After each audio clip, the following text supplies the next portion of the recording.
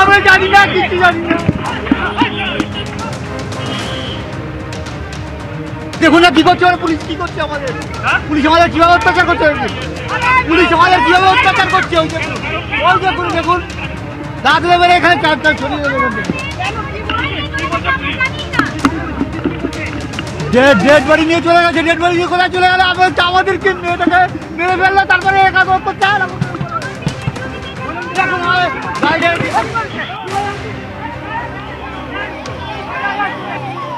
আপনারা শুনতেই পেলেন বাবা মার অসহায় আর্তি, যে আমার মেয়ের দেহ নিয়ে কোথায় চলে গেল আমরা জানি না।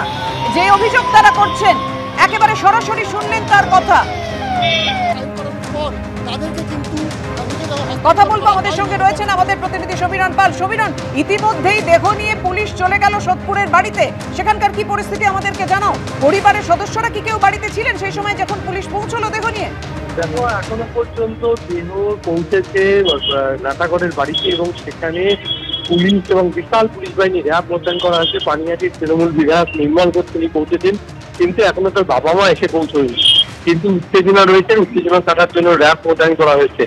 এবং চৌধুরী দেহ কিছুক্ষণ আগে, আপনার মিনিট 15 আগে বাড়ির সামনে এসে পৌঁছেছে এবং সবাই শপথ এখনো সেই বাড়ির সামনেই রয়েছে এবং সেখানে বিধায়ক নির্মল ঘোষ রয়েছেন এবং স্থানীয় পানিহাটি পুরসভার কাউন্সিলররা রয়েছেন এবং এলাকার তৃণমূল নেতৃত্ব উপস্থিত রয়েছে এবং প্রচুর বাসিন্দা রয়েছে। এবং যেহেতু এই মৃত্যুর খবর সকাল থেকে ছড়িয়ে পড়ার পর থেকে এলাকায় শোকের ছায়া নেমে এসেছে এবং কেউ মানতে পারছে না এই মৃত্যুটি, এবং যাতে এই দেহ পৌঁছানোর পর যাতে কোনো অপ্রীতিকর না ঘটে সেই কারণে বিশাল পুলিশ বাহিনী এবং র্যাব মোতায়েন করা হয়েছে।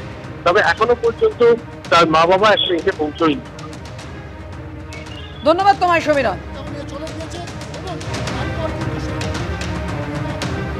কলকাতায় খ্যাতনামা কলেজের সুরক্ষা নিরাপত্তা নিয়ে বারবার প্রশ্ন উঠছে, আর প্রশ্ন উঠছে এটা নিয়েও যখন একেবারে হাসপাতালে বিক্ষোভ দেখাচ্ছে বাম বিজেপি কর্মীরা, তাদের যায় পুলিশের, আর সেই সময় চিকিৎসকের দেহ নিয়ে বেরিয়ে গেল পুলিশ, সোদপুরে পৌঁছে গেল, কিন্তু পরিবার যেটা অভিযোগ করছেন তারা কিছুই জানেন না, তাদের সঙ্গে কোনো রকম যোগাযোগ করা হয়নি।